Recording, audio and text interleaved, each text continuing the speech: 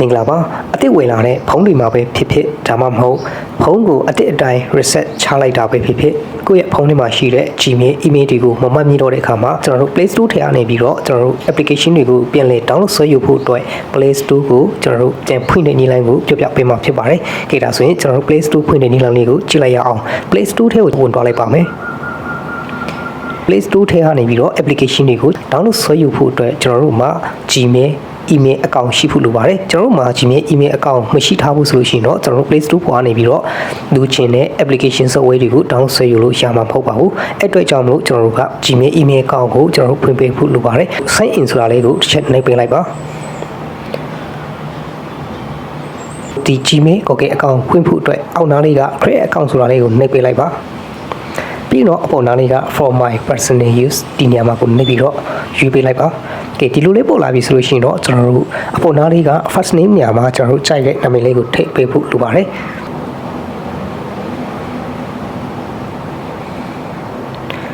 ပြီးတော့အောက်နားလေးက next ကိုနှိပ်ပေးလိုက်ပါโอเคဒီနေရာမှာမွေးရက်လတက္ကရာကိုထည့်ပေးလိုက်ပါ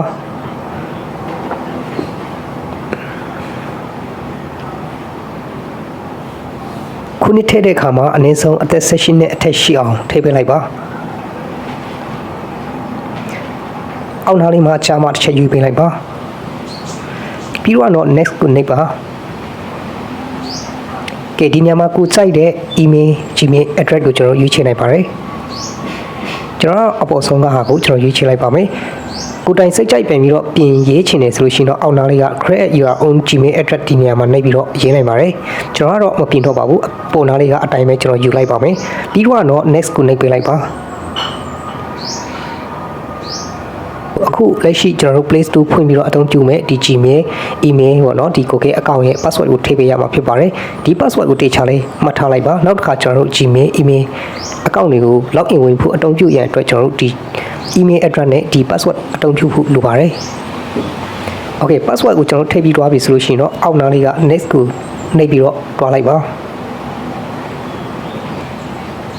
ကဲဒီလိုဖုန်းနံပါတ်တောင်းလာပြီဆိုလို့ရှိရင်တော့Google ကနေပြီးတော့ပို့ပေးလာမယ့်ကုတ်နံပါတ်ကို SMS လက်ခံရရှိဖို့အတွက်ကျွန်တော်တို့ရဲ့ဖုန်းနံပါတ်ကိုထည့်ထားပေးလိုက်ပါ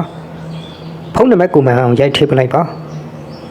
ပြီးတော့ကျွန်တော်တို့ဒီအောက်နားလေးက next ကိုထပ်ပြီးတော့နှိပ်ပေးလိုက်ပါGoogle ကနေပြီးတော့ဖုန်းနံပါတ်မှာပို့ပေးလာတဲ့ကုတ်ကိုဒီနေရာမှာပြန်ပြီးတော့ရိုက်ထည့်ပေးလိုက်ပါအောက်နားလေးက next ကိုနှိပ်ပေးလိုက်ပါဒီလိုလေးပေါ်လာရင်အပေါ်ကိုဆွဲတင်လိုက်ပါ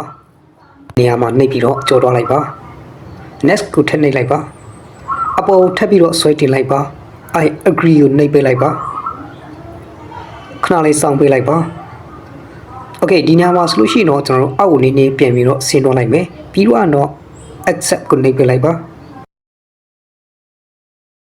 accept ကိုထပ်ပြီးတော့နှိပ်ပေးလိုက်ပါ